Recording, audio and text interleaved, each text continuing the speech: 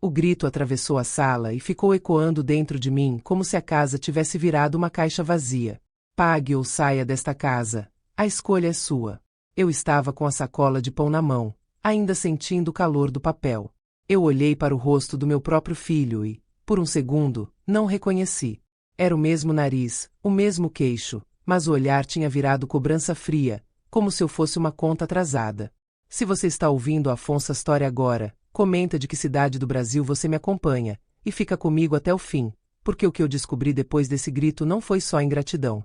Foi crime. Caio estava em pé no meio da sala, celular na mão, dedos tremendo de raiva. Ele sempre foi assim quando queria vencer. Ele aumentava o volume e diminuía as pessoas. Do lado dele, Lídia, minha nora, nem se mexia. Ela tinha aquele silêncio que parece educação, mas é cálculo. No corredor, minha neta Ivana fingia que não ouvia. Só que os olhos dela estavam presos em mim. Eu não tinha vindo morar aqui por vontade. Eu vim porque a vida me empurrou. Quando meu marido, Dácio, morreu num acidente de moto na BR-101, eu perdi o chão.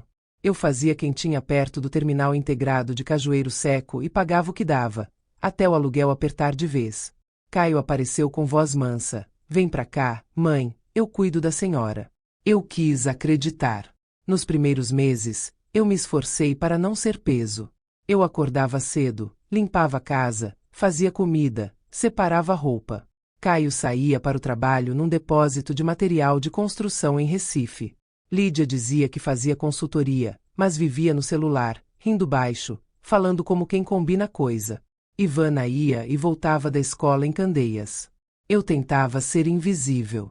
Só que invisível também é fácil de usar. Depois do grito, eu fui para o meu quarto e sentei na beira da cama, com o pão ainda fechado. E foi nessa vergonha que eu notei uma coisa pequena, mas que mudou tudo. No lixo tinha um papel dobrado, jogado como se não valesse nada. Era uma carta do banco, da agência de piedade. Falava de atualização cadastral e limite de crédito aprovado. No meu nome. Dizia que um cartão novo estava a caminho. Eu li 2 vezes. 3. Minha cabeça tentou achar uma explicação simples. Só que, lá no fundo, eu senti aquele arrepio que não vem do frio. Vem do aviso. Eu guardei a carta no avental e não falei nada. Naquela noite, quando todo mundo dormiu, eu abri a caixa velha onde eu guardo meus documentos. RG, CPF, cartão do SUS, receitas médicas. Tudo estava no lugar. Nada sumiu. Só que alguém tinha acessado minha vida mesmo assim. Na semana seguinte, eu vi a segunda faísca. Lídia estava no banho e o celular dela ficou vibrando em cima do sofá. Eu não gosto de mexer em coisa dos outros. Mas a tela acendeu sozinha e apareceu uma notificação de uma financeira. Parabéns, proposta aprovada. Meu coração bateu tão forte que eu pensei que Ivana ia ouvir do quarto. Eu recuei um passo, como se o celular pudesse me morder. Quando Lídia saiu do banheiro, enrolada na toalha, ela pegou o aparelho rápido demais. Sorriso atrasado. Olhar firme demais. Deve ser spam, Dona Teresa. Dona Teresa. Quando ela queria ser íntima, era mãe. Quando queria me colocar no meu lugar, era dona. E naquele dia eu entendi que o plano tinha nome e tinha rosto. O meu rosto. No dia seguinte começaram as cobranças que viram corda no pescoço. Uma conta de luz no meu nome. Um boleto de internet atrasado. Uma cobrança de loja no centro do Recife por um fogão que eu nunca vi. Eu perguntei uma vez, tentando não brigar. Caio deu aquele riso nervoso. Foi só para facilitar. Mãe, a senhora tem nome limpo. O meu tava com uns probleminhas. Eu resolvo. Relaxa. Relaxa. Como se isso fosse escolha minha. Naquela noite, eu não relaxei. Eu fiquei acordada, ouvindo o som da casa e juntando lembranças como quem junta prova. Lídia filmando meu rosto nos aniversários. Lídia pedindo sorriso. Lídia segurando meu queixo para a câmera. Eu sempre achei que era carinho. Agora eu não tinha certeza de nada. Eu levantei devagar, fui até o corredor e vi Ivana sentada no chão, o celular iluminando o rosto dela. Ela me olhou e, pela primeira vez, não fingiu que não sabia. Vó, ela sussurrou, eu acho que tem coisa errada. Eu encostei a mão na cabeça dela. tentando ser forte. Por dentro, eu já estava entendendo que aquele grito na sala tinha sido só a porta abrindo. O que vinha depois era um corredor longo, e eu ainda não sabia quantas sombras moravam nele. Na manhã seguinte, eu marquei de ir ao banco com ela, escondido de Caio. Eu precisava ver o extrato na tela. E eu não sabia que o nome de Lídia ia aparecer. Naquela noite, depois do grito, Teresa não conseguiu comer. O pão ficou em cima da mesa, fechado, como se até a fome tivesse medo de se sentar ali. A casa parecia menor. Cada barulho vinha carregado de intenção. O chuveiro abrindo, a porta do quarto rangendo, o som do celular vibrando ao longe. Ela esperou Caio e Lídia dormirem e então foi para o quarto com a carta do banco escondida no avental. Sentou na cama e leu de novo. Atualização cadastral. Limite de crédito aprovado. Cartão a caminho.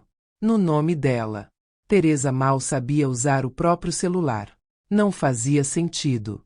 Ela abriu a caixa velha de documentos e conferiu um por um. RG, CPF, cartão do SUS, receitas do remédio, comprovantes antigos. Nada faltava. Mesmo assim, alguém tinha colocado a mão na vida dela. No dia seguinte, ela tentou agir normal. Acordou cedo, colocou água no fogo, varreu a cozinha. Caio saiu apressado, sem olhar para ela direito. Lídia passou por trás com o cabelo preso e um sorriso curto. Dona Teresa, lembra de separar minha roupa branca. Dona Teresa. Não era um pedido. Era um lembrete do lugar dela. Ao meio-dia, chegou o primeiro sinal. Um técnico apareceu no portão perguntando pelo titular da conta de internet. É a senhora Teresa Valença. Ela sentiu o sangue subir. Eu não contratei internet nenhuma. O homem olhou a prancheta, disse que estava em atraso, e foi embora. Teresa entrou com as pernas moles. Na mesma tarde, apareceu uma conta de luz com o nome dela impresso, como se sempre tivesse sido assim. Quando ela perguntou a Caio, ele deu aquele riso nervoso. Mãe, eu coloquei no seu nome só para facilitar. Meu CPF estava com uns probleminhas. Mas eu vou resolver. Relaxa. Relaxa. A palavra caiu na pia como gordura. À noite, enquanto Lídia tomava banho, o celular dela ficou em cima do sofá e vibrou 2 vezes. Teresa não queria nem chegar perto. Só que a tela acendeu e ela viu a notificação grande. Parabéns, proposta aprovada. O coração de Teresa acelerou. Ela deu um passo para trás. Quando Lídia saiu do banheiro, enrolada na toalha, pegou o celular rápido demais. Deve ser spam, Dona Teresa. O sorriso dela veio tarde. E os olhos, frios, pareciam medir a reação. Teresa não disse nada. Guardou aquilo por dentro. Foi para a cozinha e mexeu o feijão, mas a cabeça dela virou um corredor de lembranças. Lídia filmando. Lídia pedindo sorriso. Lídia aproximando o celular do rosto dela em aniversários, em almoço de domingo, em qualquer momento bobo. Mais sinais vieram como pingos. Uma cobrança de loja no centro do Recife por um fogão que ela nunca viu. Um boleto de financeira com valor parcelado. Um aviso de atualização de cadastro que ela não pediu. E sempre que ela encostava no assunto, Caio mudava o tom. A senhora quer o quê, mãe? Que eu deixe você passando necessidade. Aqui é casa de família. Todo mundo ajuda. Ajuda. Como se ela não tivesse ajudado a vida inteira. Na terça-feira, Teresa encontrou Ivana no corredor, sentada no chão com o celular. A menina levantou os olhos rápido, como quem fecha uma janela proibida. Vó, a senhora pode vir aqui 1 minuto. Teresa entrou no quarto da neta. Era pequeno, com cadernos empilhados. Ivana fechou a porta e falou baixo. Eu ouvi minha mãe no telefone. Ela disse que você não entende essas coisas. Disse que era só seguir um passo a passo. E que o Caio ia te convencer. Convencer do quê, minha filha? Ivana hesitou. Ela falou de assinatura. Falou de cartório. Falou que se você cansar, assina. E pronto. Teresa sentiu o estômago virar. A frase do grito voltou, agora com outra luz. Pague ou saia. Não era só chantagem. Era estratégia para empurrar ela para o desespero. Ivana continuou. E vó, Ela filmou você ontem de novo. Ela disse para você olhar para a câmera. Eu achei estranho. Teresa respirou fundo. Ela pegou a mão de Ivana. Você confia em mim? Confio, vó. Então você não vai enfrentar sua mãe. Nem seu pai. Só observa. Escuta. E me avisa quando ouvir qualquer coisa sobre banco, cartório, assinatura. Ivana assentiu. E você, vó? Vai fazer o quê? Teresa olhou para a porta fechada. Eu vou ao banco. Ivana arregalou os olhos. Sem eles saberem. Isso é perigoso. Perigoso é ficar sem saber o que estão fazendo com meu nome. Teresa respondeu. Amanhã cedo a gente vai. Você vem comigo. A menina ficou em silêncio por 2 segundos e depois assentiu. Se você está ouvindo Afonso Astori agora, comenta de onde você me acompanha e continua comigo, porque foi no banco que eu vi a verdade inteira sem maquiagem. Naquela noite, Teresa não dormiu. Ela deixou o documento na bolsa e a carta dobrada como aviso. Do outro lado da parede, ouviu Caio rindo de algo no celular, e a risada dele pareceu distante. Ela pegou um caderno e começou a anotar tudo com letra firme. Data da carta do banco. Nome da agência. Horário do técnico no portão.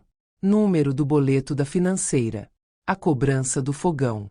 O jeito como Caio sempre dizia facilita e depois mudava de assunto. Enquanto escrevia, ouviu passos no corredor e congelou. Escondeu o caderno debaixo do travesseiro e fingiu que arrumava a cama. A porta do quarto abriu um palmo. Era Lídia, com o celular na mão. Você está bem, Dona Teresa? Estou, só cansada. Lídia olhou o quarto, procurou algo e fechou a porta devagar, deixando ameaça sutil no ar. Antes de apagar a luz, ela sussurrou para si mesma. Eu escolhi. E amanhã eu começo a provar. O ônibus sacudia pela Avenida Bernardo Vieira de Melo e cada freada parecia um aviso. Teresa segurava a bolsa no colo com as 2 mãos, como se ali dentro estivesse o resto da vida dela. Ivana estava ao lado, dedos rápidos no celular, inquieta. Elas desceram perto da agência em Piedade. Já tinha fila. Teresa ficou na sombra e respirou fundo. Não queria que Caio soubesse. Não queria que Lídia descobrisse. Só precisava ouvir, da boca de alguém de fora, o que estavam fazendo com o nome dela. Quando chamaram, Teresa sentou diante da gerente. A mulher pediu o documento, digitou, e no começo pareceu tudo normal. Depois, o rosto dela mudou de jeito, como quem encontra um problema grande e escolhe cuidado. Senhora Teresa, aqui consta um empréstimo consignado. Teresa piscou, sem entender. Consignado? Eu sou aposentada. Sim. Mas eu nunca assinei nada. A gerente virou a tela um pouco. Teresa viu números, datas, e a palavra aplicativo. A gerente apontou. Foi feito pelo aplicativo do banco. Com reconhecimento facial. Teresa sentiu o corpo esvaziar. Reconhecimento facial. Ela lembrou do celular de Lídia perto do rosto dela. Lembrou dos vídeos, do sorriso forçado, da câmera chegando perto demais. Mas eu nem sei mexer nisso. Eu nem tenho senha. A gerente manteve a voz baixa. Senhora, houve mais de uma operação. E tem também transferências para a conta de terceiro. Terceiro quem? A gerente leu devagar. Lídia Soares. Foi como levar um tapa. Teresa encarou a tela e ficou sem som. Não era impressão de mãe. Estava ali, registrado, datado, frio. A gerente deslizou a cadeira um pouco para mais perto, como se quisesse proteger Teresa de ouvir aquilo em voz alta para o salão inteiro. Senhora, a senhora pode abrir uma contestação. Eu vou registrar como possível fraude. Mas eu preciso perguntar uma coisa. Alguém na sua casa tem acesso ao seu celular ou aos seus documentos? Teresa sentiu vergonha, aquela vergonha antiga de admitir que confiou demais. Meu celular é simples. Eu quase não uso. Mas meu CPF fica em casa. A gerente assentiu. E sua imagem? Se alguém tem vídeo do seu rosto, dá para tentar burlar. Não é fácil, mas acontece. Principalmente quando a pessoa está por perto, em ambiente doméstico. Teresa engoliu seco. Então dá para provar? Dá para rastrear. Existem logs, horários, aparelho, endereço aproximado. Eu vou imprimir tudo que o sistema permite e vou te orientar a ligar para a central ainda hoje. Eu também recomendo o boletim de ocorrência, para formalizar. Ivana, atrás, respirou fundo. Teresa percebeu que a menina queria falar, mas segurou. Era melhor ouvir tudo primeiro. A gerente explicou parcelas, taxas, cartão em emissão, limite aprovado. Teresa ouviu como se fosse debaixo d'água. Aposentadoria virando cifra, dignidade virando linha de extrato. Eu preciso de um extrato disso tudo, Teresa disse. A gerente imprimiu. O papel saiu quente. Teresa pegou, dobrou com cuidado, agradeceu e levantou. Não queria chorar ali. A raiva dela era silenciosa, e doía por isso. A gerente entregou um protocolo anotado à caneta. Guarde isso. Se alguém tentar fazer outra operação, a senhora volta com esse número e pede bloqueio total. E por favor, não compartilhe senha com ninguém. Teresa apertou o papel como se fosse uma chave. Do lado de fora, o sol batia forte. Teresa caminhou alguns passos, parou perto de uma banca de revista e respirou. As mãos tremiam. O extrato tremia junto. Ivana encostou. Baixa. Vó, eu ouvi minha mãe no telefone. Ela disse que era só esperar você ficar cansada. Disse que o Caio ia fazer você assinar a venda da casa. Depois ia ser tudo deles. Teresa virou o rosto devagar. Venda da casa? Ivana assentiu. Ela falou de cartório. Falou de procuração. Falou que você não entende. Ela riu. Vó. A palavra riu cortou mais que o resto. Rir ali era desprezo puro. Teresa fechou os olhos por um instante. Quando abriu, decidiu.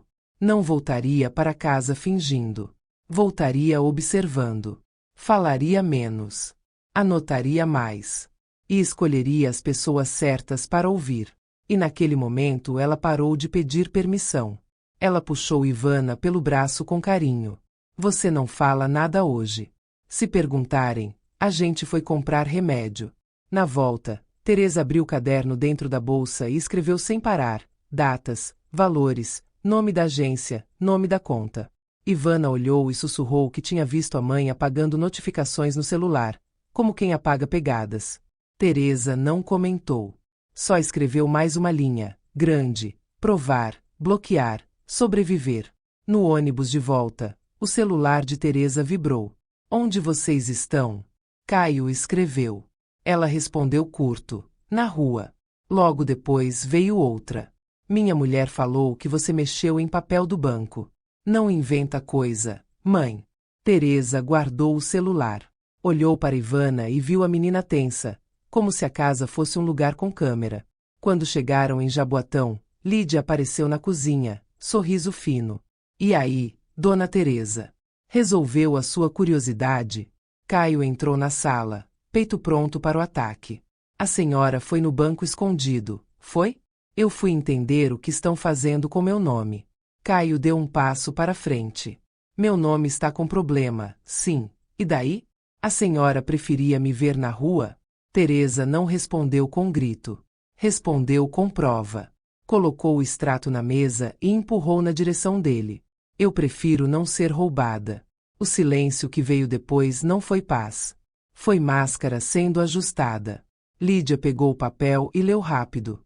O rosto dela endureceu, mas ela tentou o truque. Isso é erro do sistema. Teresa encarou a nora. Erro não transfere dinheiro para sua conta. Caio explodiu. A senhora mora aqui. Come aqui. Usa água. Usa luz. Nada é de graça, mãe. E naquele instante Teresa entendeu. Para eles, amor tinha virado boleto. Mãe tinha virado ferramenta. O grito do começo era só o começo. Ela guardou o papel de volta na bolsa, devagar, e disse baixo, com decisão. Eu ainda não terminei de escolher. Naquela noite, deitada, ela ouviu Lídia cochichando ao telefone. Não dava para entender tudo, mas uma frase atravessou a parede. Amanhã eu resolvo. Ela assina. Teresa ficou olhando para o teto, sentindo o coração bater, e prometeu que ninguém mais ia usar o rosto dela para apagar a vida dela. Eu aprendi naquele dia que certas conversas não terminam quando a gente fecha a porta do quarto. Elas ficam rondando a casa, esperando um momento fraco para morder. Depois da cena no banco e do extrato na mesa, Caio passou o resto da noite andando de um lado para o outro, como se a sala fosse pequena demais para a raiva dele. Lídia lavou a louça com força, batendo o prato, como se o barulho pudesse transformar culpa em normalidade. E Ivana ficou quieta, pequena demais para carregar aquele peso, mas adulta demais para fingir que não entendia. Eu tentei dormir, mas às 3 da madrugada ouvi a voz de Lídia atravessando a parede. Ela falava baixo, aquele tom de quem negocia. Não dava para entender tudo, só pedaços. Cartório. Assinatura. Amanhã. Depois uma risada curta e seca. Eu fechei os olhos e imaginei meu rosto sendo usado como chave, meu nome como senha, minha velhice como brecha. Quando amanheceu, eu não fui para a cozinha. Esperei. Queria ver até onde eles iam. Às 7h20, Caio bateu na minha porta 2 vezes, forte. Mãe, abre. Vamos conversar. Eu abri só o suficiente para olhar. Ele não estava com a cara de filho. Estava com a cara de dono. A gente vai resolver isso hoje, ele disse. Sem drama. Sem drama. Como se o drama não fosse eu ser roubada. Eu fui para a sala. Lídia já estava sentada, com o cabelo preso, celular na mão, a postura de quem ensaiou o papel no espelho. Ela colocou um copo de água na mesa, como se aquilo fosse gentileza. Depois empurrou um envelope pardo na minha direção. Assina isso aqui e a gente encerra essa confusão, Dona Teresa. A palavra dona caiu como tapa. Eu puxei o envelope devagar e abri. Era um documento cheio de termos difíceis, letras pequenas, e uma frase que parecia inocente, mas não era. Autorizava Caio a representar meus interesses em bancos, cartórios, contratos. Procuração ampla. A minha vida na mão dele. Eu levantei os olhos. Você quer que eu te dê poder para mexer em tudo que é meu? Caio cruzou os braços. Eu quero resolver o que você chamou de roubo. Se eu tiver autorização, eu organizo. Eu pago. Eu limpo. Lídia fez um som de impaciência. Ela não entende. A senhora é teimosa. A gente está tentando ajudar. Eu encarei os dois. O que eles chamavam de ajuda tinha cheiro de armadilha. Eu não vou assinar, eu disse.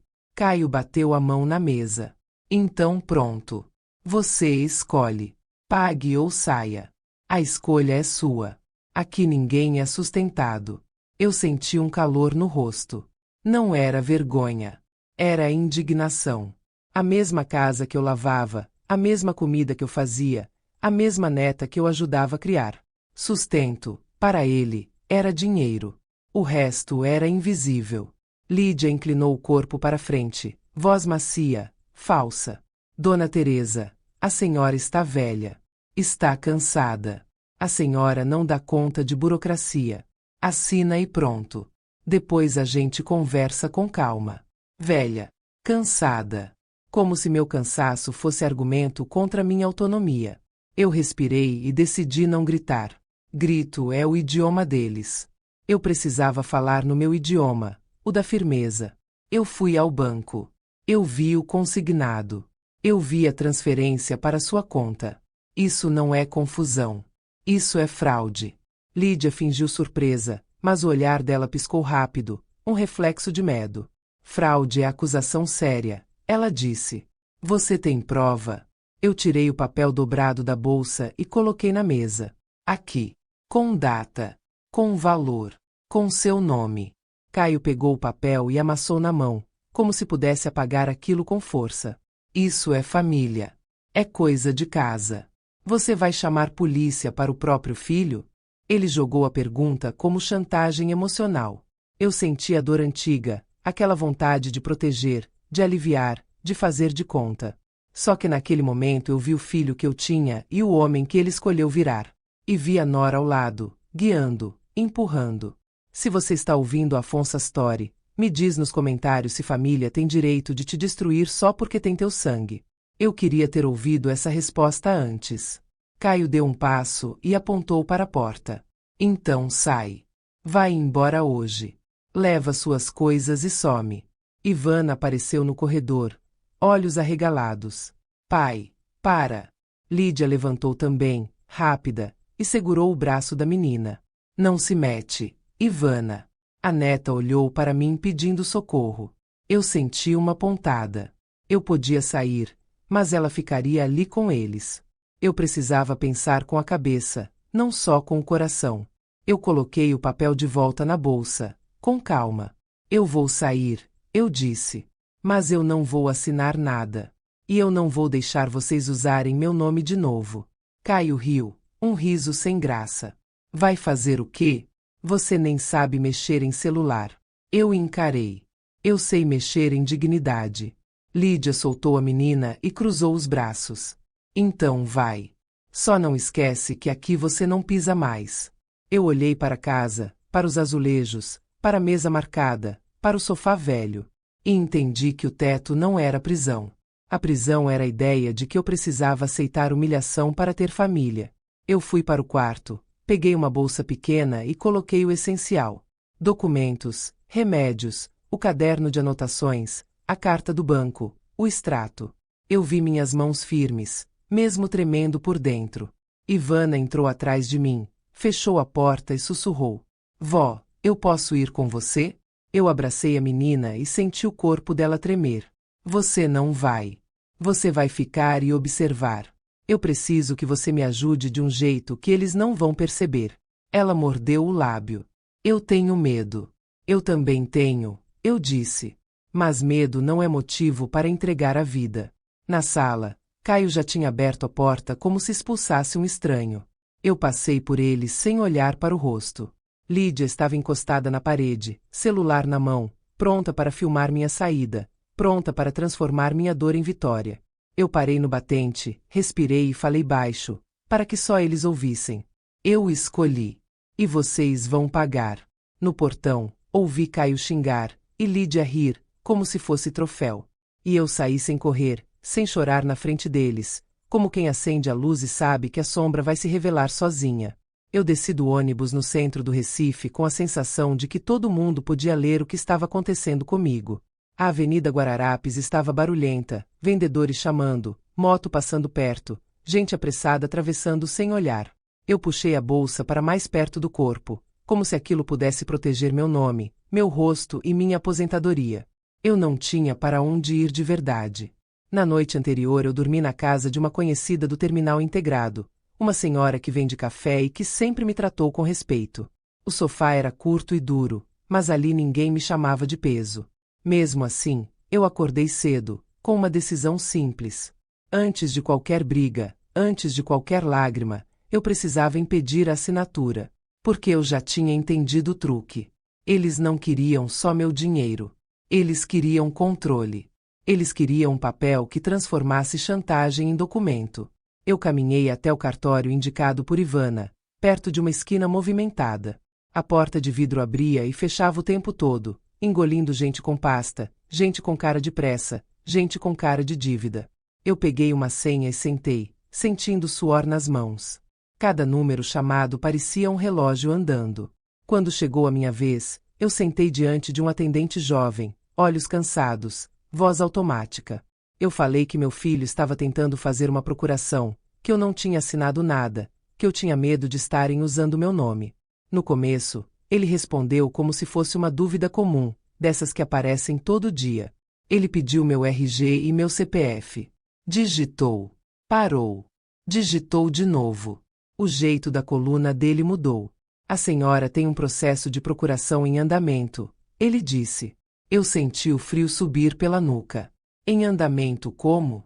Ele virou a tela um pouco, o suficiente para eu ver palavras que eu não queria ver.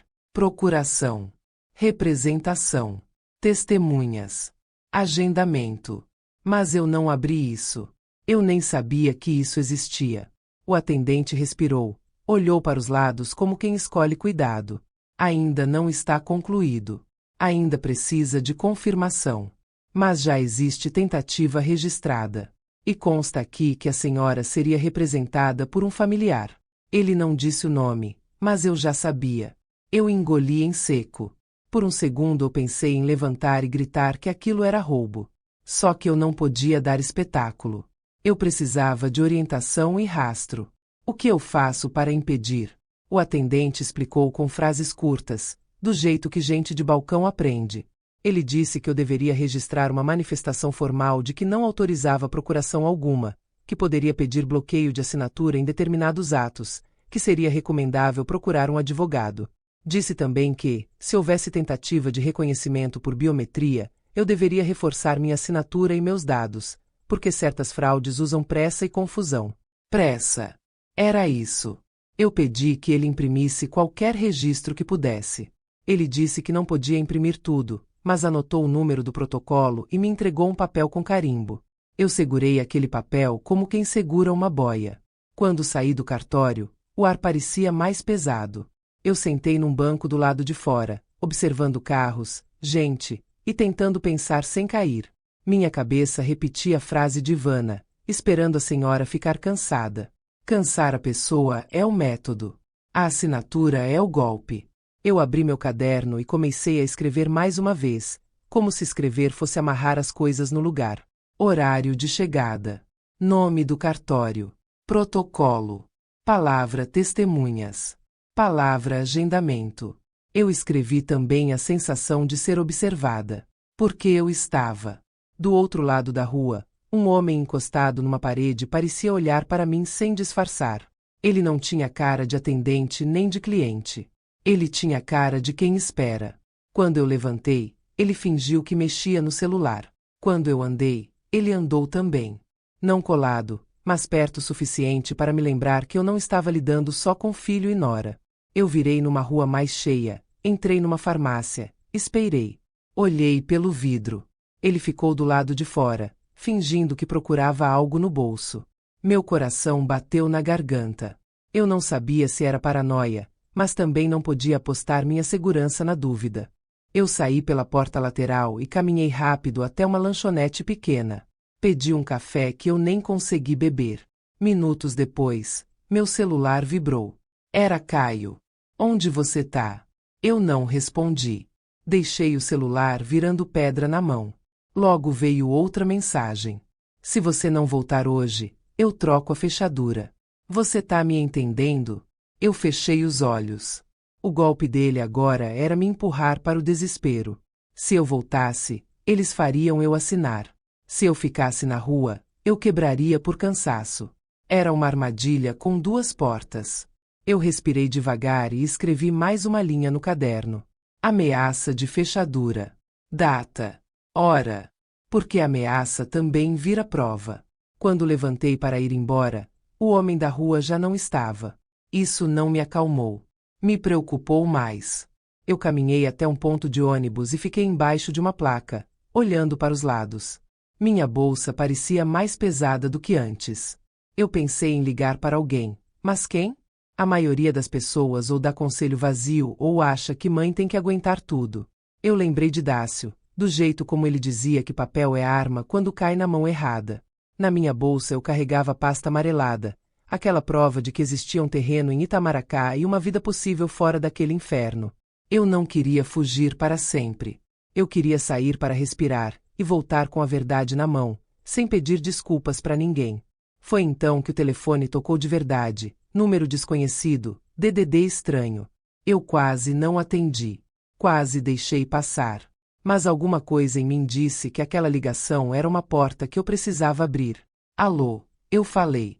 Uma voz feminina, calma, sem pressa, respondeu. Dona Teresa. Meu nome é Nadine.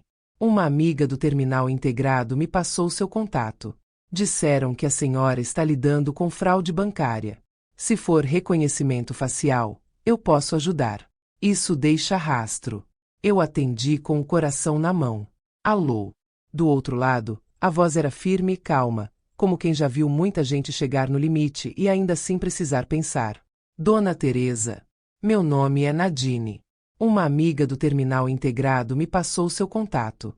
Disseram que a senhora está lidando com fraude bancária. Se for reconhecimento facial, eu posso ajudar. Isso deixa rastro.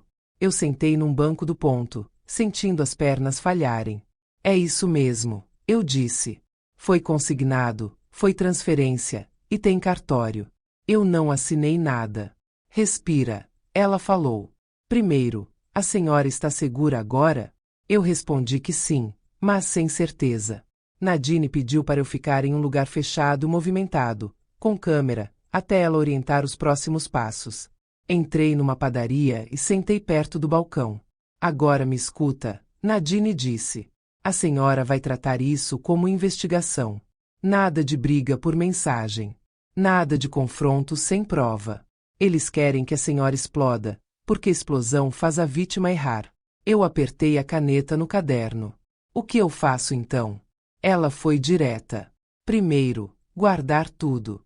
Carta do banco, boletos, extratos, protocolo do cartório, prints das mensagens do seu filho, horários, tudo. Segundo, ligar para o banco e pedir bloqueio imediato de novas operações, com contestação registrada. Terceiro, boletim de ocorrência. Quarto, mudar senhas e travar seus aplicativos. E por último, a parte mais delicada. Eu preciso entender como usaram seu rosto. Meu estômago revirou.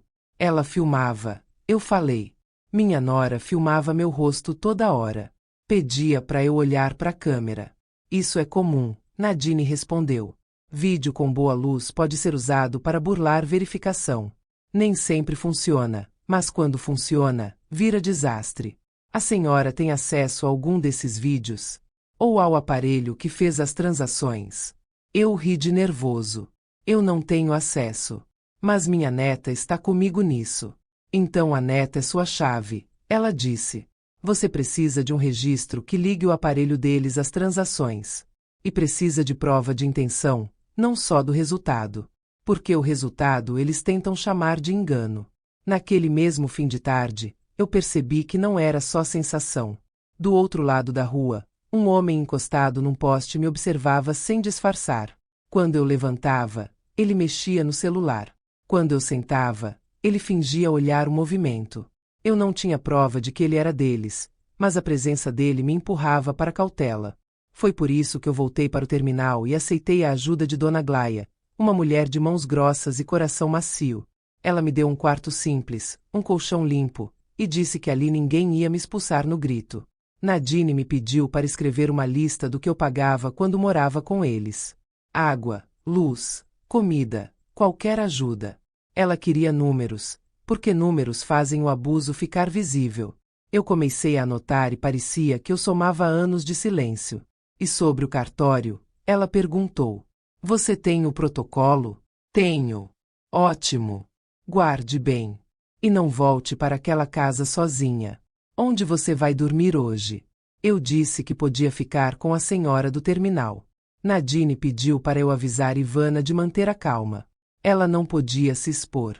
Ela precisava coletar o que desse, sem levantar suspeita. Eu desliguei e fiquei olhando para o meu caderno. Minha cabeça tinha virado um quadro com setas, datas, nomes, e uma palavra no centro, prova.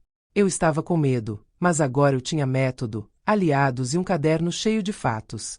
E fato não pede permissão hoje aqui. De noite, Ivana me mandou mensagem. Vó, eu consegui o login do app do banco no celular da minha mãe. Eu vi o histórico. Ela apagou umas coisas, mas ficou rastro. Eu senti orgulho e medo ao mesmo tempo. Pedi para ela não mexer mais e só tirar print do que já estava aberto. Ela mandou 2 prints. Eu abri e vi datas que batiam com a carta. Vi o nome de Lídia em transferências repetidas. Eu encaminhei tudo para Nadine. Ela respondeu rápido. Perfeito. Agora a gente monta o mapa. Você consegue identificar o modelo do celular da sua nora? Eu perguntei a Ivana. Ela disse que era um aparelho novo, comprado recentemente. Nadine falou que isso podia ser parte do esquema e perguntou. A sua nora tem muita pressa de te fazer assinar papéis, certo? Tem. Então existe chance de ter alguém orientando ela. Gente assim costuma ter um mentor. Alguém que ensina o passo a passo, que indica cartório, que diz como cansar a vítima. Eu fechei os olhos. Não era só ganância doméstica. Era método.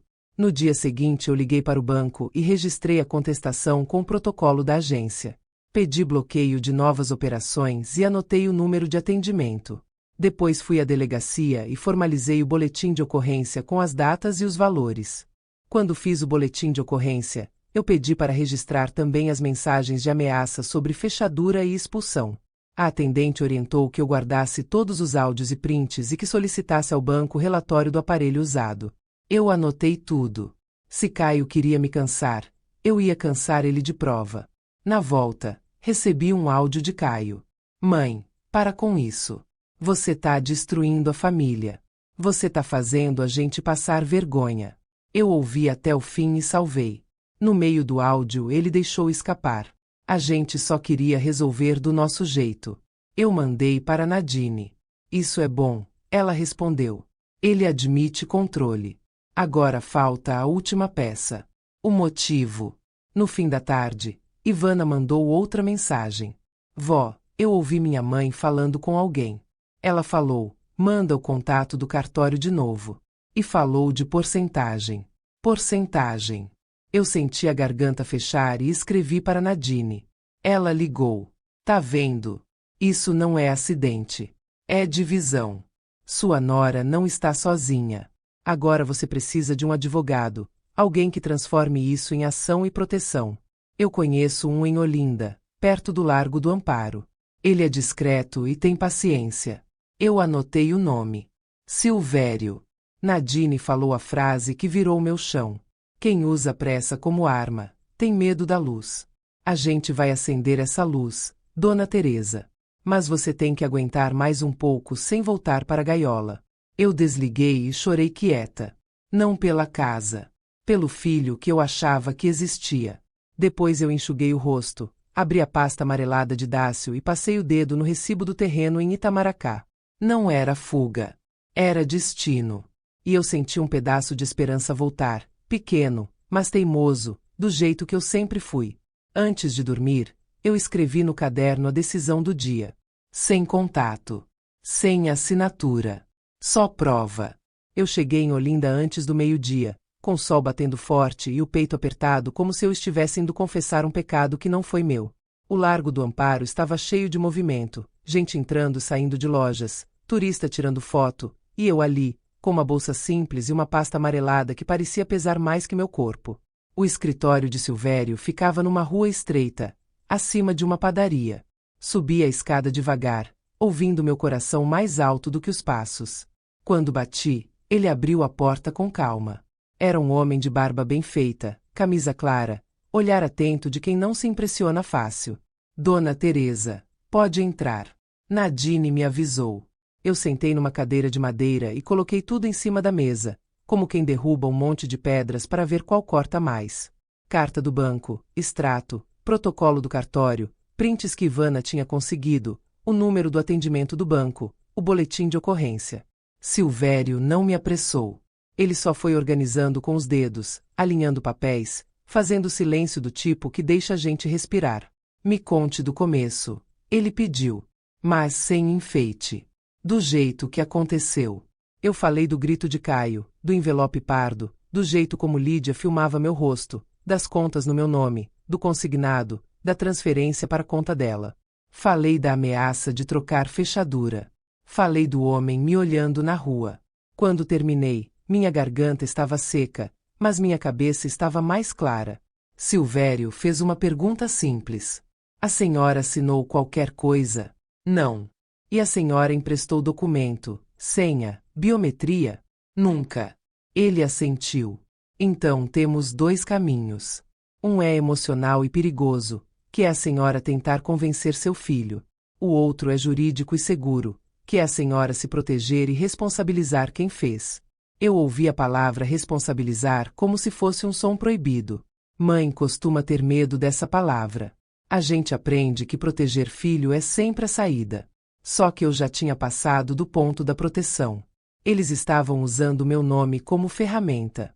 Silvério abriu um caderno dele e começou a escrever. Primeiro, vamos travar o banco. Vou fazer uma notificação formal, com seu boletim de ocorrência e os protocolos, pedindo relatório técnico das operações, aparelho usado, horário, IP, tudo que puderem fornecer. Segundo, vamos travar o cartório. Essa procuração em andamento precisa ser anulada antes de nascer. Terceiro, vamos montar o padrão. Que padrão? Eu perguntei. Ele apontou para os prints do aplicativo. Isso aqui não parece impulso. Tem repetição, tem valor dividido, tem timing. E tem uma coisa que me preocupa.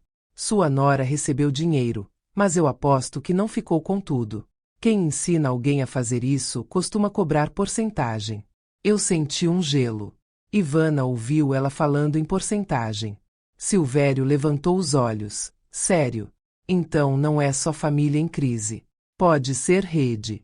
E rede significa mais risco, mais pressão, mais tentativa de te isolar. A senhora precisa de uma regra a partir de hoje. Qual? Sem contato direto com eles. Nada de conversa na porta. Nada de áudio respondido. Tudo por meio de advogado. Se eles ligarem, a senhora não atende. Se mandarem mensagem, a senhora salva. Eu pensei em Caio. Em como ele ia transformar isso em drama. Em como ele ia dizer que eu estava destruindo a família. Silvério pareceu ler meu pensamento. Eles vão tentar te fazer sentir culpa. É o último recurso de quem não tem razão. Eu respirei fundo. E a minha neta? Ela está lá dentro. Silvério apoiou o cotovelo na mesa. Ela é testemunha e também é vulnerável. A gente precisa proteger a menina e, ao mesmo tempo, não entregar que ela está te ajudando. Diga para ela evitar confronto. Se for possível, ela grava áudio de conversas em que ela participa, sem se colocar em risco. E ela não deve tirar o celular da mãe de perto, porque isso pode gerar violência. Eu assenti, com o coração apertado. Eu não queria colocar Ivana no fogo, mas também sabia que, sem ela, eu era cega. Silvério puxou outro papel. Agora me fala do seu patrimônio. Você tem algo no seu nome além do benefício? Eu hesitei e tirei a pasta amarelada do Dácio. Abri com cuidado e mostrei o recibo do terreno em Itamaracá. Silvério leu, examinou, e fez um som curto de aprovação. Isso é importante. Porque se eles descobrirem, vão tentar também. Esse documento precisa ficar fora do alcance deles. E vamos consultar a matrícula para confirmar situação, taxas, eventuais pendências. Eu segurei a pasta contra o peito. Eles não sabem disso. Ótimo. Mantenha assim. Silvério então me mostrou um mapa simples do que faria nos próximos dias. Primeiro, ofício ao banco e pedido de bloqueio total de crédito e empréstimos. Segundo, pedido ao cartório para sustar qualquer ato e registrar sua oposição. Terceiro, um pedido de medida protetiva patrimonial, para evitar novas tentativas. Quarto, cruzamento de dados, para ver se há outras vítimas ou tentativas parecidas. Se você está ouvindo a Afonso Story agora, se inscreve para não perder os próximos capítulos, porque foi aqui que eu entendi que não era apenas briga de família. Era esquema. E eu estava no meio. Quando eu levantei para ir embora, Silvério me parou com uma última pergunta. A senhora quer justiça ou quer paz? Eu pensei 2 segundos e respondi com a verdade. Eu quero os dois. Ele fez um meio sorriso. Então a senhora vai precisar de coragem para aguentar o que vem. Porque quando a gente acende a luz, os insetos correm. E alguns atacam antes de fugir. Eu desci a escada com as mãos frias. Do lado de fora, meu celular vibrou. Era uma mensagem de Ivana. Vó, meu pai trouxe outro envelope. Minha mãe disse que hoje ela vai fazer você assinar, nem que seja na força. Meu estômago caiu. Eu estava longe, mas a ameaça estava perto demais. Eu liguei para Nadine, e ela atendeu na primeira chamada. Eu sabia, ela disse. Eles vão acelerar quando sentirem que perderam o controle. A senhora não volta para lá. E agora você vai fazer uma coisa por mim. Vai mandar sua localização para uma pessoa de confiança e vai ficar em lugar público. Eles podem tentar te achar.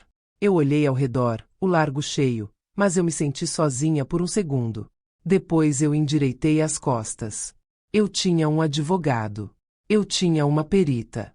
Eu tinha uma neta corajosa. E eu tinha provas. Naquele fim de tarde, Silvério me mandou uma cópia da notificação pronta. Eu li meu nome escrito ao lado das palavras fraude e coação. Doeu, mas também trouxe alívio. Porque quando uma dor ganha nome, ela para de ser segredo. Eu voltei para o terminal, sentei no quarto emprestado e fiz uma lista do que eu ia preservar. Minha conta. Meu documento. Minha dignidade. Minha neta. Meu futuro. E escrevi uma frase no fim da página, para lembrar de não fraquejar. Quem usa pressa como arma tem medo da luz. E eu prometi que nenhum amor torto voltaria a me comprar. O telefone tocou às 6h12 da manhã, e eu já atendi com o peito apertado, como se a ligação tivesse peso. Era a Ivana. Vó, eles estão saindo agora. Meu pai colocou o envelope dentro de uma pasta preta. Minha mãe tá com o celular na mão e falou que hoje você assina. Hoje. Eu sentei na beira do colchão no quarto emprestado da Dona Aglaia, no terminal. Hoje. A palavra parecia um prazo de despejo. Para onde eles estão indo? Eu perguntei baixo. Ela respirou rápido. Eu ouvi minha mãe falando. Ela disse que vai te buscar, que vai te pegar de surpresa. E que se você não assinar, ela vai dizer para todo mundo que você tá doida. Eles estavam mudando de estratégia. Se não conseguirem me dobrar no papel, vão tentar me matar no nome. Eu liguei para Nadine. Ela atendeu na primeira chamada. Eles vão te encurralar. Não responde mensagem. Sai desse lugar agora. Vai para um local com câmera. Eu liguei para Silvério. Ele foi curto e firme. A senhora não vai para cartório. Se aparecerem, não conversa. Se tiver ameaça, chama a polícia. Me manda a sua localização. Eu obedeci. Depois saí com a bolsa grudada ao corpo e fui direto para um lugar movimentado, onde eu me sentia vista. Sentei perto de uma cafeteria. Nadine me mandou mensagem pedindo que eu abrisse o aplicativo do banco e verificasse se existia tentativa nova. Não tinha. Ainda. Às 8h47, meu celular vibrou. Mensagem de Caio. Mãe, a gente só quer resolver. Vem aqui rapidinho. Eu não respondi. 1 minuto depois, outra. Se você não vier, eu vou no terminal e vou falar tudo.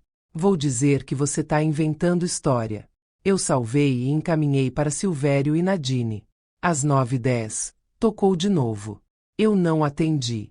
Logo depois veio um áudio. Mãe, para de fazer a gente passar vergonha. Vem logo. Assina e pronto. Depois eu te levo de volta. Ninguém precisa saber. Ninguém precisa saber. Era isso. Fazer no escuro, para que eu não tivesse testemunha e eles não tivessem consequência. Ivana mandou outra mensagem. Vó, eles chegaram no terminal. Minha mãe tá falando com a Dona Aglaia. Tá perguntando onde você dorme. A raiva subiu quente. Mexer com a senhora que me acolheu era ultrapassar limite. Nadine ligou. Eles estão tentando te localizar por terceiros. Avisa a Dona Aglaia para não falar nada. Se insistirem, ela chama segurança. Eu mandei mensagem e liguei. Aglaia atendeu ofegante. Minha filha, essa mulher tá aqui fazendo teatro. Dizendo que você sumiu. Não conta nada. Diz que não sabe. E se insistirem, pede ajuda, eu falei. Aglaia respondeu firme. Aqui ninguém humilha ninguém não. Eles que saiam. Às 10h20, meu celular tocou com um número desconhecido. Eu atendi por medo de ser do banco. Era Lídia. Teresa, chega desse show. Você vai assinar hoje. Se não vier, eu vou na escola da Ivana e eu faço escândalo. Você quer isso? Meu corpo gelou. Ela estava usando a menina como refém emocional.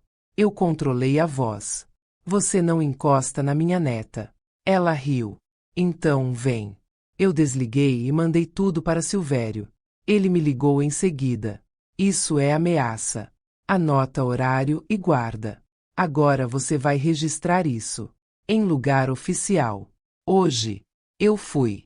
Contei tudo e mostrei prints e áudios. O policial anotou e abriu o complemento ao boletim. Quando ele carimbou a folha, eu senti que finalmente existia um registro fora da minha cabeça. Quando saí, Ivana mandou mais uma mensagem. Vó, eles voltaram para casa. Minha mãe tá falando com alguém no telefone. Ela disse, hoje não deu, mas amanhã a gente fecha. E falou de novo. Porcentagem. Amanhã. Eles iam insistir. E eu tinha certeza de que existia um terceiro. Logo depois do complemento no boletim, eu liguei para a central de fraude do banco com o número do protocolo da agência de piedade. Pedi para registrar também a tentativa de coação, porque o golpe não era só financeiro. Era psicológico. A atendente pediu que eu confirmasse dados, e eu tremi ao ouvir as perguntas. Nome completo. Data de nascimento. Tudo aquilo que eu sempre respondi confiando, agora parecia senha na boca errada.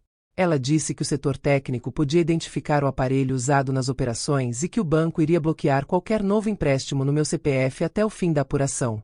Pedi confirmação por mensagem. Eu queria rastro, tudo com horário. Minutos depois, Caio me ligou de novo. Eu não atendi. Ele mandou uma foto. Era a porta da casa, com a fechadura na mão dele. Olha o que você me obriga a fazer. A chantagem vinha em imagem. Eu salvei, encaminhei e respirei fundo. Era só para me puxar de volta. Ivana mandou outro texto. Rápido. Vó, minha mãe tá dizendo que se você não assinar, ela vai cortar meu celular e vai me tirar da escola. Ela tá me culpando. Eu senti vontade de correr até lá e abraçar a menina. Mas eu precisava manter a cabeça no lugar. Eu respondi com cuidado. Não discute. Fica segura. Se ela falar de porcentagem de novo, tenta gravar quando você estiver na sala. Só quando você estiver junto, tá? Ela respondeu com um coração. Nadine me ligou no fim da tarde e explicou o que ela buscava. Se a Nora usou vídeos do seu rosto, a gente precisa provar a origem. Eu vou pedir que você lembre datas de festas e filmagens. E vou cruzar com o horário das operações. Se bater, vira padrão. Padrão derruba desculpa. Eu anotei tudo. Cada aniversário. Cada domingo filmado. Cada vez que ela disse olha aqui, mãe, sorri. Eu não via mais carinho. Eu via coleta. No fim da noite, chegou um e-mail do banco confirmando o bloqueio. Eu reli 3 vezes. Não era vitória. Era fôlego. Silvério disse que a próxima tentativa viria em 24 horas. Eu acreditei. Sem discutir mais. Eu mandei tudo para Nadine. Ela respondeu com 2 palavras. Hora da armadilha. Se você está ouvindo Afonso Astori, se inscreve agora, porque foi aqui que eu parei de fugir e comecei a montar a queda deles. No fim da tarde, encontrei Silvério em um lugar discreto. Ele trouxe um plano simples e frio. A gente vai deixar eles tentarem de novo, ele disse.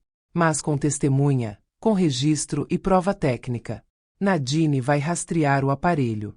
Sua neta vai gravar o que puder, sem se arriscar. E você não vai se aproximar. Eles é que vão se expor. Eu senti medo. Mas senti também algo que eu não sentia há muito tempo. Controle. Na volta, eu olhei para o céu escurecendo sobre Recife e pensei no terreno em Itamaracá. Eu não queria vingança vazia. Eu queria liberdade. Eu não ia assinar nada. Eu ia assinar a sentença deles. Na madrugada, eu não dormi. Eu fiquei sentada com o caderno aberto, relendo horários, protocolos e ameaças. O plano do Silvério era simples por fora, mas pesado por dentro. Deixar eles tentarem de novo, só que com luz, com registro e com prova. Às 5:30, Ivana mandou uma mensagem curta. Vó, eles acordaram cedo. Meu pai tá falando que hoje é o dia. Minha mãe tá maquiada e com aquela pasta preta de novo. Eu respirei fundo e não respondi na hora. Eu já tinha dito para ela o mais importante: não discutir, não provocar, só sobreviver e observar. Nadine me ligou às 6. Eu consegui uma coisa, ela disse. O banco confirmou, de forma indireta, que as operações vieram do mesmo aparelho. Eles não me deram tudo, mas me deram o suficiente para o advogado exigir por escrito. E eu consegui que você fosse atendida amanhã cedo na agência, com o responsável do setor de fraude. Amanhã cedo. Um relógio começando a correr. Silvério mandou mensagem logo depois. Não se mova. Não fale com eles. Se aparecerem, grave e guarde. Eu já protocolei o pedido para assustar o cartório e anexei o complemento do boletim com a ameaça contra a neta. Eu levantei e fui até uma área comum do terminal, onde tinha gente passando e câmera no teto. Eu sentei com o café na mão, olhando o movimento. Às 7h42, Caio apareceu no meu celular com um novo número. Ele tinha trocado o chip, tentando me pegar desprevenida. Mãe, vamos conversar. Só eu e você. Eu juro que não tem mais papel nenhum. Eu só quero te pedir desculpa. Eu quase ri. Desculpa, no vocabulário dele, era a palavra que vinha antes da armadilha. Eu não respondi. 2 minutos depois, chegou um áudio de Lídia. Teresa, você está fazendo a gente passar fome. Você quer destruir a vida da sua neta. Se você não aparecer hoje, eu vou na escola e eu falo para todo mundo que você abandonou a própria família. Eu apertei os dentes, salvei o áudio e encaminhei. Ela não tinha só maldade, tinha método. Ela queria me pintar como louca e sumida para transformar golpe em cuidado. Ivana mandou outra mensagem. Vó, ela tá falando com um homem no portão. Um homem que eu nunca vi. Ele tá de camiseta cinza, falando baixo com ela. Ela disse que você tá escondida e que precisa assinar rápido por causa do banco. A palavra homem encaixou em tudo. O alguém acima não era teoria. Eu respondi para Ivana com poucas palavras. Não se aproxime. Fique segura. Se você conseguir gravar sem risco, grave. Ela respondeu só. Ok. Às 9h10, Silvério me ligou. Eles vão tentar te forçar a voltar com 2 movimentos. Primeiro, promessa de paz. Depois, ameaça. Você não cai. E se a neta confirmar presença de terceiro, isso muda o peso do caso. Eu fiquei olhando para o chão, sentindo uma tristeza funda por trás da raiva. Meu filho tinha virado um instrumento e eu ainda carregava lembranças dele pequeno, com o joelho ralado, pedindo colo. Só que lembrança não apaga crime. Perto do meio-dia, Ivana mandou um áudio curto, com ruído. Eu tô gravando escondido. Minha mãe falou assim, ó. Ela disse. Se a velha não assinar, a gente muda o plano. O cara falou que tem outro jeito. E ela respondeu. Mas eu já dei metade. Metade. Metade. A palavra veio suja, como dinheiro passado de mão em mão. Eu ouvi o áudio 3 vezes. Minha mão tremia, mas minha cabeça ficou fria. Era isso que a gente precisava. Não era só meu sentimento. Era prova de que havia divisão e instrução. Eu enviei para Silvério e para Nadine. Nadine respondeu em seguida. Esse áudio é ouro. Mas você precisa ficar calma. Eles podem tentar te assustar ainda hoje. E tentaram. À 1h28, eu recebi uma ligação de vídeo. Caio. Eu não atendi. Ele mandou a foto de uma mala aberta em cima da cama da casa, com minhas roupas jogadas. Depois veio a mensagem. Última chance. Se não vier, suas coisas vão para o lixo. Eu senti um nó. Não pelas roupas. Pelo recado. Eles queriam me humilhar até eu correr de volta. Eu levantei e fui até a dona Aglaia. Ela estava no balcão, rosto sério.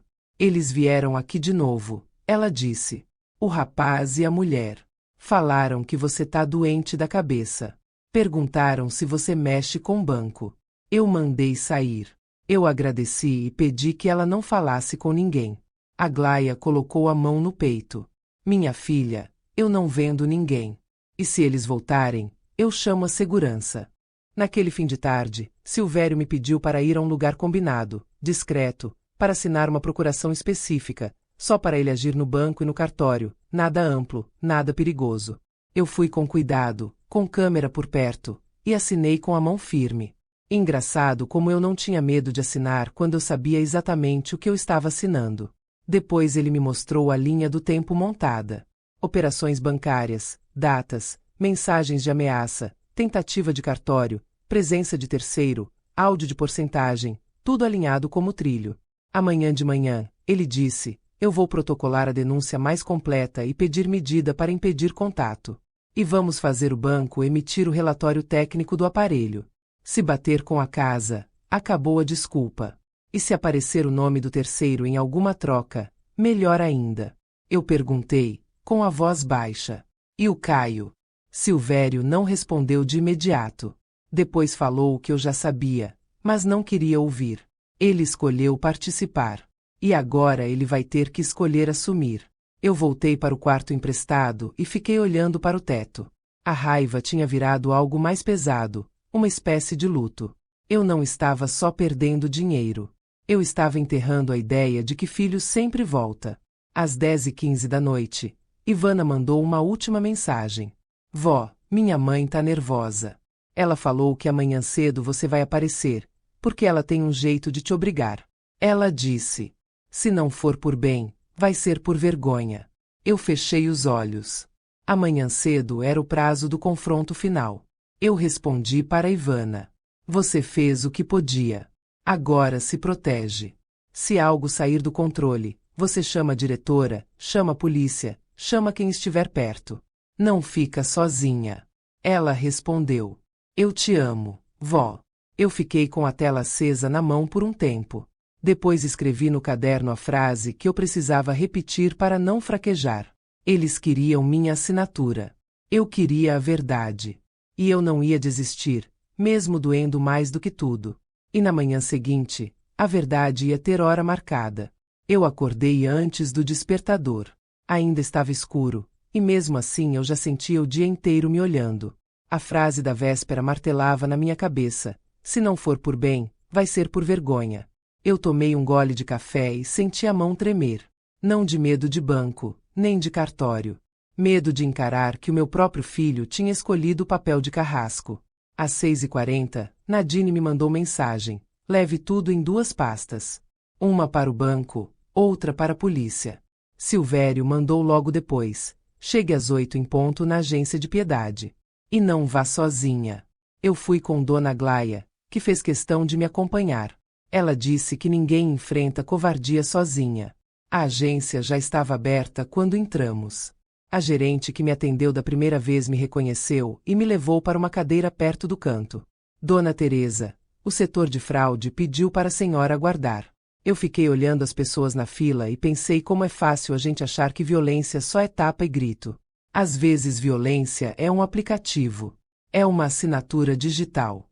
É um filho usando a tua confiança como senha. Um homem de terno simples me chamou para uma sala pequena. Ele se apresentou e pediu os protocolos. Eu trouxe tudo, eu disse, colocando a pasta na mesa. Ele leu devagar, abriu o sistema e explicou sem rodeio. As operações tinham sido feitas por um mesmo aparelho. O reconhecimento facial tinha sido aceito em horários compatíveis com a rotina da casa. E o acesso inicial tinha acontecido em dias próximos às filmagens recentes do meu rosto. Ou seja, alguém coletou sua imagem, ele disse. E alguém teve seus dados. Isso caracteriza fraude e possível abuso financeiro. Eu senti o estômago embrulhar, mas também senti alívio. Não era mais minha palavra contra deles. Era um relatório. Silvério, por chamada de vídeo, pediu ao responsável que registrasse por escrito o que podia ser informado. O homem imprimiu um documento técnico permitido, bloqueou novas tentativas de crédito e abriu contestação formal. Disse que o banco colaboraria com a investigação dentro do que a lei permite. Quando eu saí da sala, meu celular vibrou. Mensagem de Caio. Mãe, eu tô aqui fora. Vamos conversar. Eu só quero te levar para casa. Meu coração parou por um segundo. Eu olhei para a porta de vidro. Lá estava ele, do lado de fora, com a cara cansada, tentando parecer arrependido. Atrás dele, Lídia, de óculos escuros. E ao lado, o homem de camiseta cinza que Ivana tinha descrito. Aconteceu como Silvério previu. Promessa primeiro. Ameaça depois. Eu não corri. Eu fui até a gerente. Tem gente me esperando lá fora. Eu tenho boletim e ameaça registrada. Eu não quero contato. Ela chamou a segurança. 2 homens se posicionaram perto da porta. Eu não me senti poderosa. Eu me senti protegida. Do lado de fora, Caio levantou a mão, como se fosse carinho. Mãe, para com isso. Você tá doente. Vem comigo. Eu fiquei atrás do vidro e falei alto o suficiente para ele ouvir. Eu só falo com você com o advogado presente. Lídia apontou para mim. Olha aí. Ela tá sendo manipulada. Essa velha tá acabando com a própria família. O homem de camiseta cinza falou algo baixo no ouvido dela. Ela sentiu rápido, como quem recebe ordem. Nadine tinha razão. Tinha alguém acima.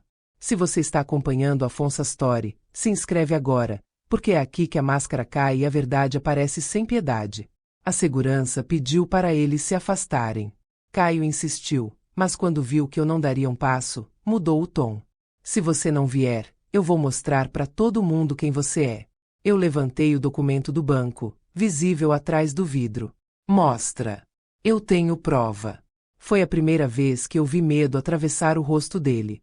Lídia puxou o braço dele e os dois recuaram. O homem de camiseta cinza ficou parado por um segundo, me avaliando, e depois sumiu no movimento da rua. Eu saí da agência por outra porta e fui direto para a delegacia. Lá, eu apresentei o relatório do banco, os áudios, as ameaças, o protocolo do cartório e o áudio de Ivana falando em metade. O investigador ouviu e, na parte da porcentagem, ergueu a sobrancelha. Isso indica participação de terceiro. A senhora consegue identificar esse homem? Eu descrevi o que Ivana descreveu e contei que ele apareceu com Lídia na porta do banco. O investigador anotou e pediu que eu formalizasse a denúncia. Eu assinei um termo com calma. Cada assinatura daquele dia tinha sentido. Silvério entrou com pedido para impedir contato e travar qualquer ato em cartório. A resposta veio mais rápido do que eu esperava. No fim da tarde, ele me ligou dizendo que havia ordem de restrição e que qualquer tentativa de pressão viraria problema maior. Eu chorei, mas não foi de alegria. Foi de exaustão. Era como se eu tivesse carregado pedra por anos e alguém, finalmente, tivesse dito que eu não precisava. À noite, Ivana me ligou escondida. Vó, eles estão surtando. Minha mãe tá dizendo que você vai pagar caro. Meu pai tá calado. E o homem cinza veio de novo. Você tá segura? Tô. Eu tranquei a porta. Eu pedi para ela ficar perto de pessoas, avisar uma professora, e não enfrentar ninguém. Com a ajuda de gente certa, Ivana conseguiu ficar temporariamente fora daquela casa. Quando eu a abracei, a menina chorou como criança pequena. Ali eu entendi que minha decisão não salvou só meu nome. Salvou o futuro dela. 2 dias depois, Silvério me avisou que Caio seria oficialmente notificado no trabalho. Eu não fui ver, mas eu imaginei a cena inteira.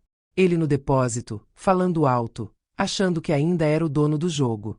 Até que um oficial entrega um papel e pede assinatura de recebimento. Não é assinatura de poder. É assinatura de limite. Segundo Silvério, Caio tentou rir, tentou dizer que era exagero de mãe, tentou culpar Lídia. Só que os colegas ouviram. E quando o gerente perguntou o que estava acontecendo, Caio engoliu seco e ficou mudo. Ele saiu mais cedo naquele dia.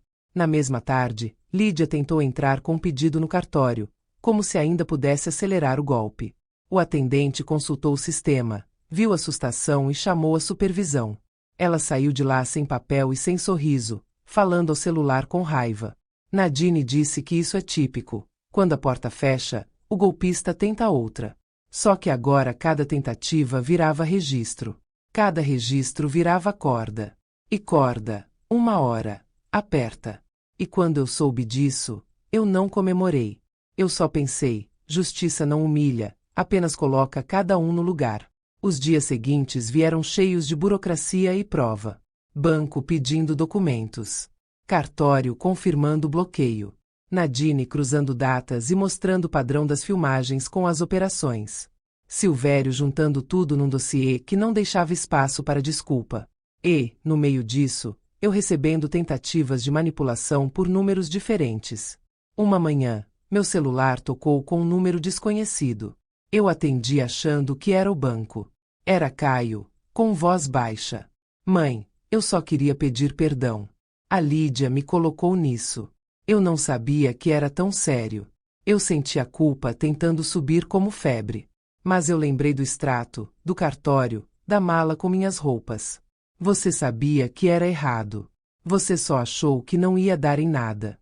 Eu tô sem dinheiro. Eu tô com medo. Eles estão me cobrando. Quem é eles? Silêncio. Mãe, por favor, me ajuda. Eu respondi firme. Eu não sou seu banco. Eu sou sua mãe. E eu não vou te salvar da consequência do que você escolheu. Eu encerrei e bloqueei. Minutos depois, outro número ligou. Era Lídia gritando. Eu não atendi. Eu salvei. Eu enviei para Silvério. O banco reconheceu parte das operações como indevidas e iniciou restituição conforme apuração. O resto virou disputa, mas a porta do roubo foi fechada. O cartório manteve o bloqueio. E o nome do terceiro entrou na investigação. Uma tarde, eu fui com Ivana até Itamaracá. Pegamos a estrada, passamos por Igaraçu, e eu senti o ar mudar. O terreno era simples, mato alto e vento. Nada de luxo. Mas eu vi ali uma coisa que ninguém tinha conseguido tirar de mim: possibilidade. Eu sentei numa pedra e falei a verdade. Eu tenho luto pelo filho que eu pensei que tinha. Ivana segurou minha mão. E eu tenho orgulho da avó que eu tenho. Naquela noite, eu recebi a última ligação. Não de Caio. Do mesmo número que ele usava antes. Quando atendi, uma voz masculina falou rápido, como se eu fosse produto. A senhora complicou demais. A senhora devia ter assinado e pronto. Eu senti gelo. Quem é você? Não interessa. Só saiba que isso tem custo. Eu respirei e respondi com calma. Eu já registrei tudo. E a próxima ameaça vira mais um número no processo. Ele desligou. E eu entendi que gente assim se alimenta do medo alheio. Eu não estava mais no cardápio. Eu olhei para o caderno, agora cheio de datas e provas, e escrevi a última frase, a que eu queria que toda mulher carregasse. Amor não é assinatura. Família não é licença para roubar. Eu escolhi paz. Se essa história te tocou, se inscreve no canal Afonso Story e me conta nos comentários de que cidade você está me ouvindo, porque ninguém merece passar por isso em silêncio.